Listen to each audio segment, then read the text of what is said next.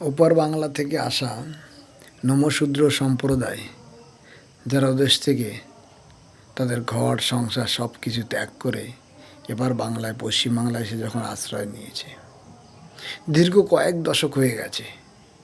ভিটে বাড়ির কথা তাদের মনে পড়লেও যাবার ইচ্ছা আর নেই। আজ সেই জায়গায় দাঁড়িয়ে 2025-এ বিজেপি সরকার ঘোষণা করছে যে তাদেরকে নাগরিকত্ব দেওয়া হবে।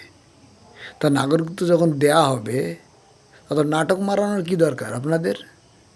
নিঃস্বার্থভাবে দেন না। এক বাড়া কেলাচুদা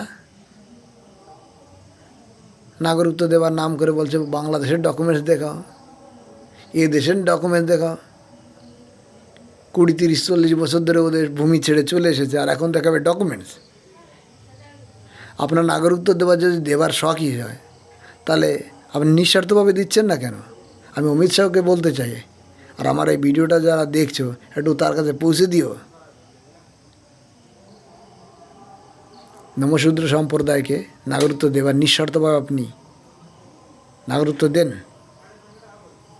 নাটকের বেলা সব ভালো পারে, সব রাজনীতি করছেন, ভোট ব্যাংকের রাজনীতি।